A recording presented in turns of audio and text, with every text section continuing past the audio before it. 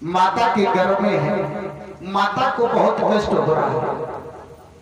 व्यास जी ने कहा कि बेटा अब तुम बाहर आ जाओ। शुक्राचार्य ने अंदर से आवाज दी कि पिताजी मुझे यही बहुत सुख है, अगर संसार में आऊंगा तो प्रभु की माया मुझे अपने में लपेट लेगी, इसलिए मैं बाहर नहीं आऊंगा। व्यास जी ने कहा बेटा तुम्हारी माता को बहुत कष्ट हो रहा है। इस बात को जैसे ही सुना तो शुक्राचार्य जी ने कहा कि पिताजी मैं आऊंगा जरूर, लेकिन प्रभु की माया मुझे ना सताए तो आ सकता हूँ। भगवान ने आकर के आशीर्वाद दिया कि जाओ तुम्हें हमारी माया नहीं सताएगी। इस प्रकार से जैसे ही शुक्राचार्य का जन्म हुआ, शुक्राचार्य का नाल छेदन संस्कार हुआ। जन्मति ही तारा हरे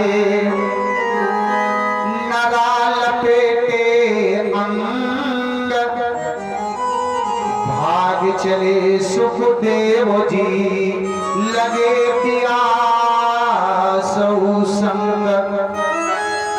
जैसे ही जन्म हुआ, नाल छेदन के बाद शुक्राचार्य जी घर को छोड़ करके चल दिए। व्यास जी कहते हैं बेटा लौट आओ, बेटा लौट आओ। व्यास जी शुक्राचार्य जी ने व्यास जी की बात को नहीं सुना।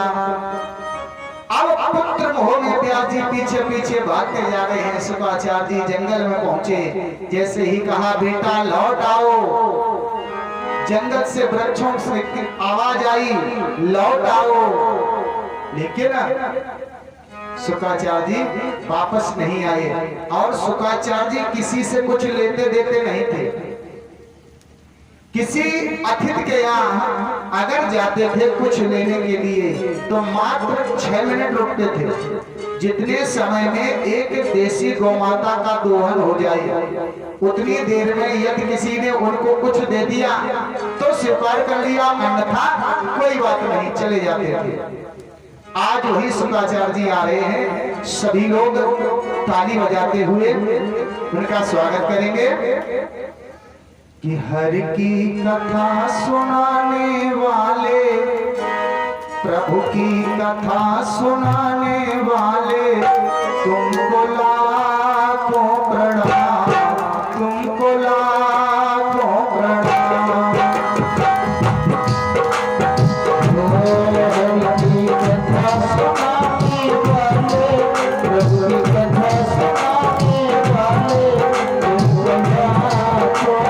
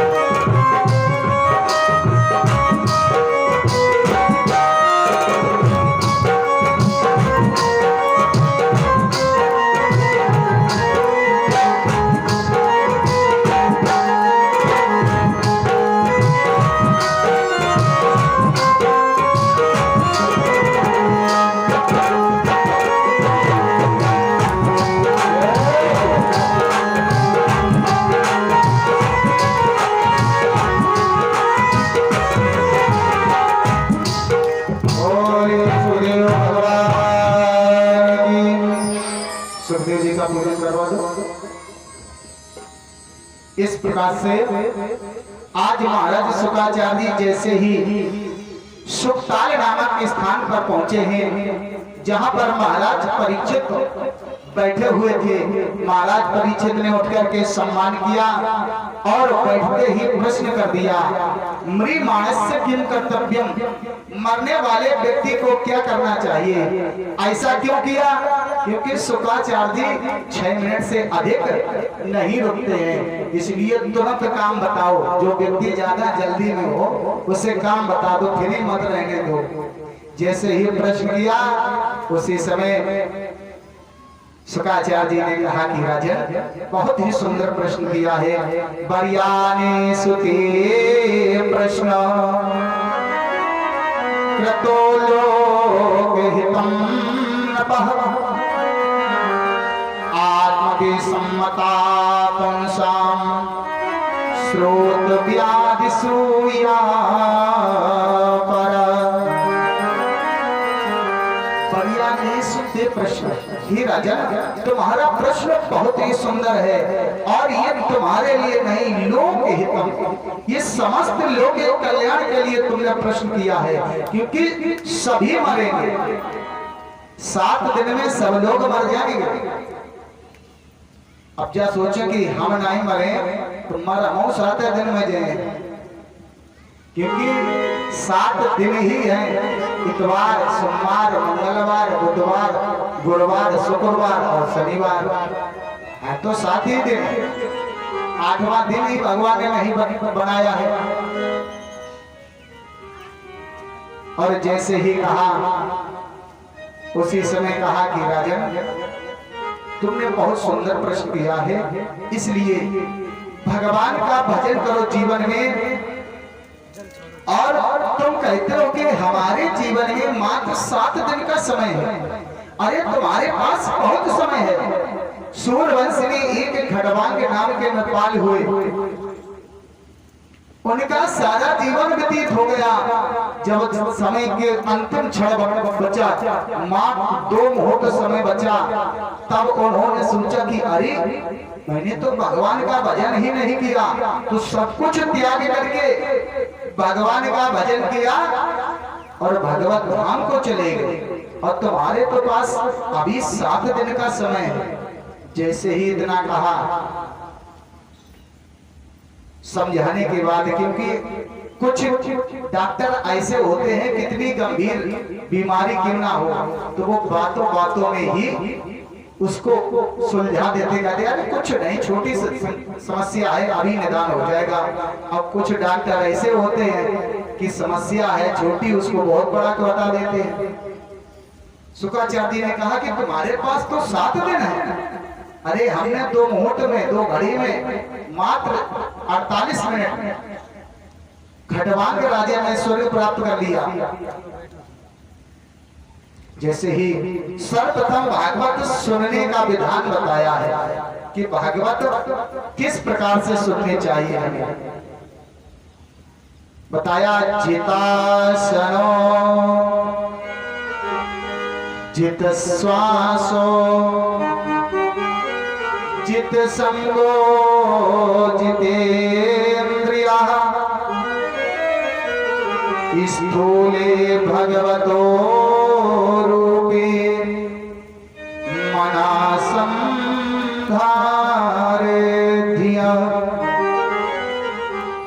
जितासन। सबसे पहले आसन को जीतो, जो आपको सुखासन लगे, पद्मासन, जो भी आपको अच्छा लगे, पद्मासन, वज्रासन इत्यादि आसन है।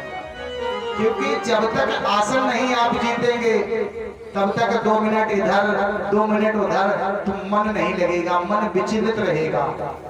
तो सबसे पहले जितासन, आसन को जीतो, इसके बाद जित श्वासो, फिर श्वास को जीतो। बता रहा हूं परीक्षित जी को, परीक्षित जी हमारे बहुत जानकार है और इसीलिए तो गांव के लोगों ने उनको श्रेष्ठ समझा, इसीलिए बिठाया गया है, नहीं तो अन्य लोग नहीं बैठ जाते।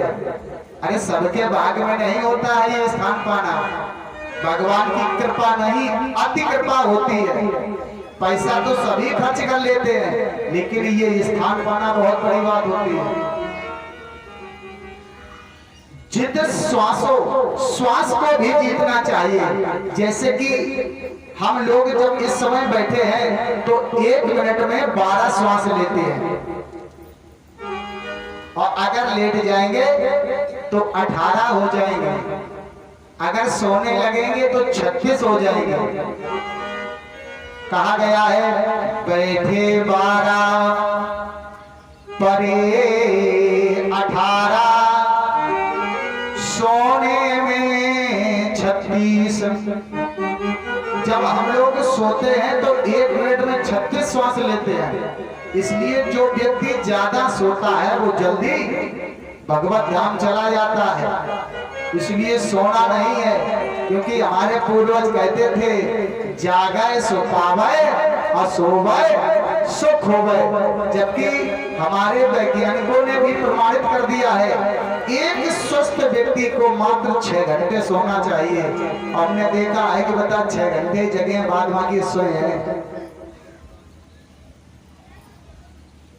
क्योंकि अभी प्रसंग चल रहा था कि सोने में भी कलियुग को स्थान दिया गया है।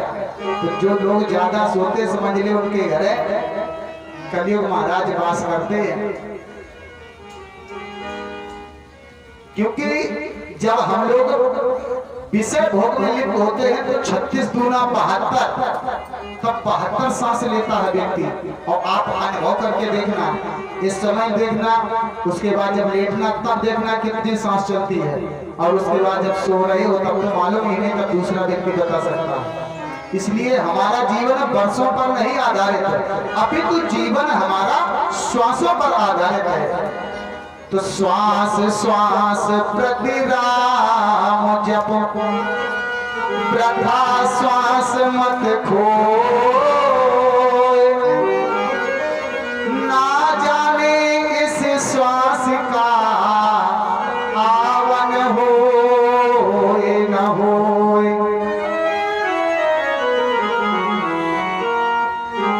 अब आप लोग सोचते होंगे कि आपको तो पैसा मिलता है इसलिए ज्ञान बांट रहे, हमारे कैसे खेती बाड़ी कराओ पर है, तब समझ में आए। तो उसके लिए आपको क्या करना है, शाम को जब आप लोग सोते हो आराम से चारपाई पर लेट जाओ भोजन करने के बाद। तब मोबाइल न चलाओ ठोका वालों, लेकिन ये ठोका वाले मोबाइल न जियन दे कि जब से दुनिया में ये जीन्स पैंट आ गया और संगत से जुड़ जाए। अगर आप अच्छी संगत करोगे तो आपके अंदर अच्छे गुण आएंगे, अगर आप किसी गलत व्यक्ति की संगत करोगे तो गलत ही तो गुण आएंगे। इसलिए बताया जित संगो, संग को जीतना चाहिए। क्योंकि मारीच को जिस समय रावण का संग प्राप्त हुआ तो उसे मृग बनना पड़ा, संग का असर है। और मारीच कोई साधारण नहीं था, उसको जिधर भी दृष्टिपात करता था वहां भगवान राम और लक्ष्मण दिखाई देते थे। जहां तहां मैं देखूं 2 भाई, लेकिन रावण का कुसंग प्राप्त हुआ तो उसे मृग बनना पड़ा, वह मृग बना। रावण ने कहा कि तू चलकर माया मृग बन जा, मैं जोगी बन जाऊंगा। तो राम लखन को बहकाना, मैं सीता को हर लाऊंगा। अच्छा भला आदमी मृग बन गया, पशु। और पशुओं को जब राम जी का संग प्राप्त हुआ तो वो पशु मनुष्य हो गए। कब? जिस समय राम जी ने लंका पर चढ़ाई की तो राम जी की सेना में कौन थे? बानर भालू। और जब लंका जीत करके राम जी सभी लोग एकत्र हुए तो राम जी ने बानर भालुओं से कहा कि तुम्हारे बल मैंने रावण मारो। भाइयों, मैंने तुम्हारे ही बल से रावण का वध किया। सीता जी को जीत करके जिस समय अयोध्या के लिए राम जी चले हैं तो आज समस्त बानर भालुओं को प्रभु ने उसी पुष्पक विमान में बिठा लिया। और पुष्पक विमान कितना बड़ा था? पुष्पक विमान की एक विशेषता थी, उसमें अगर 2 व्यक्ति बैठे तो 1 सीट खाली, 10,000 व्यक्ति बैठे तो 1 सीट खाली। तो भगवान ने सारे बानर भालू चढ़ाए हैं। और बानर भालू कितने थे? मैं अस श्रवण सुनाद स्कंदर और पदप 18 जूथब बंदर। तो कितना बड़ा होगा? कितना बड़ा पुष्पक विमान होगा। और जिस समय अयोध्या पहुंचे हैं तो जब राम जी के आने की सूचना मिली है सभी लोग आए। और गुरु वशिष्ठ जी जैसे ही आए तो राम जी ने दौड़ करके गुरु वशिष्ठ जी को प्रणाम किया। बानर भालुओं ने झपट करके राम जी के हाथ पकड़ा और एकांत में ले गए। पूछा, महाराज ये कौन है? ये बूढ़े बाबा कौन है? तो राम जी ने कहा कि गुरु वशिष्ठ कुल पूज्य हमारे, इनकी कृपा तनुज रन मारे।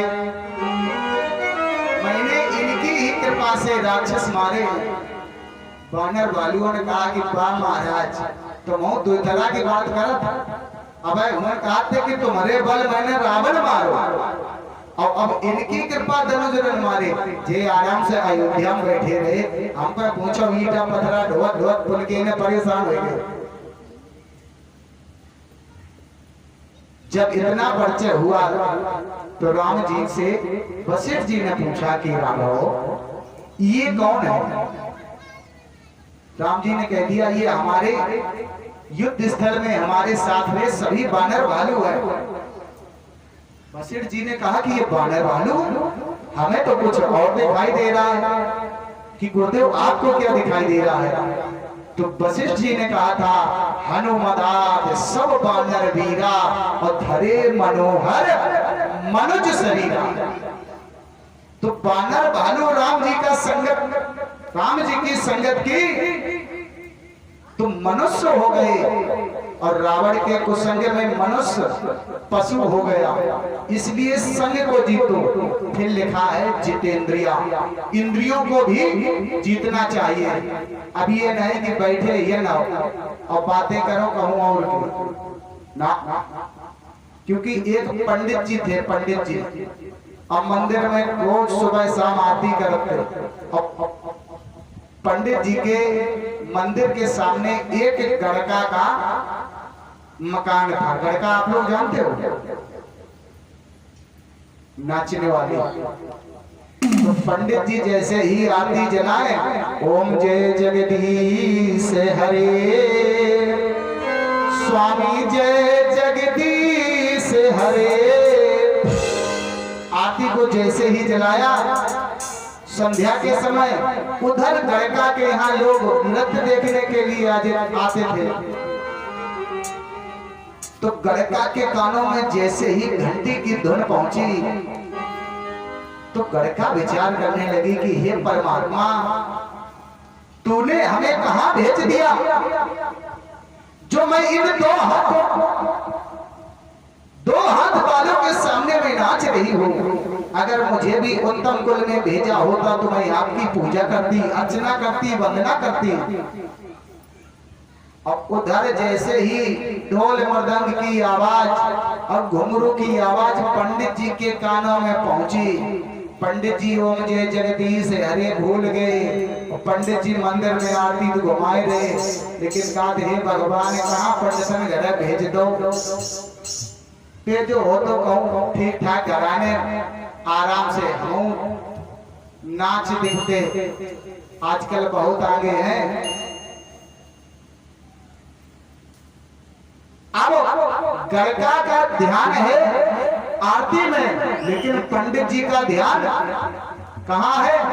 घुंघरू की आवाज सुनाई दे रही है, क्योंकि इसीलिए का जितेंद्रिया, इंद्रियों को मन नहीं कब्जा में कि मन के पंछी पे लाखों ही पहरे लगे, पर ये जाए वहां जहां अच्छा लगे।